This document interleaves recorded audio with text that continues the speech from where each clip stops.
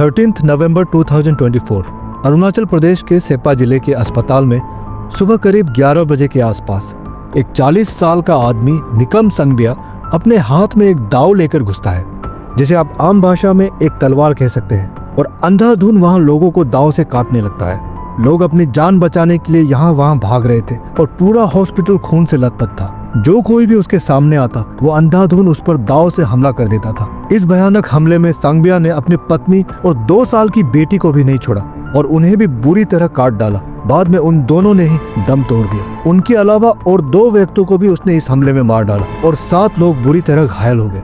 मौके पर पहुंचे पुलिस ओसी मिन्ली गेई ने बहादुरी से संघबिया को रोका और दोनों के बीच हुए मुठभेड़ में उनको भी गंभीर चोटें आई। संघबिया अब पुलिस हिरासत में है। शुरू में उसके इस भयानक हमले के पीछे मेंटल प्रॉब्लम की आशंका जताई जा रही थी। निकम ने पूछताछ के दौरान खुलासा किया कि उसने अपनी पत्नी और बेटी की हत्या घरेलू झगड़े के कारण की।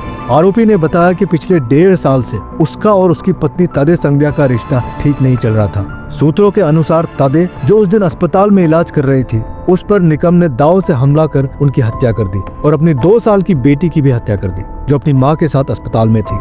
निकम ने बताया कि उसने अपनी बेटी को इसलिए मारा क्योंकि उसकी माँ के बाद उसका देखभाल करने वाला कोई नहीं होगा और वो नहीं चाहता कि उसे बाद में कोई तकलीफ हो, और इसलिए उसने उसे भी खत्म कर दिया। घटना के समय निकम नशे में था, लेकिन पूछताछ के दौरान बिल्कुल नॉर्मल तरीके से जवाब दे रहा था। उसने बताया कि अपनी पत्नी और बेटी की हत्या के बाद वो हाइपर हो गया था और खुद पर कंट्रोल नहीं रख पाया, जिसके कारण उसने अस्पताल में दूसरे लोगों पर भी हमला कर दिया। निकम संघबिया के खिलाफ हत्या का केस दर्ज कर लिया गया है और जांच जारी है। इस घटना ने पूरे अरुणाचल प्रदेश को हिला कर रख दिया और गवर्नमेंट हॉस्पिटल्स के सिक्योरिटी प्रोटोकॉल्स को लेकर लोगों के बीच बहस छिड़ गई है। अब देखना होगा कि सरकार इस केस के बाद सिक्योरिटी और सेफ्टी को लेकर क्या कदम उठाएगी।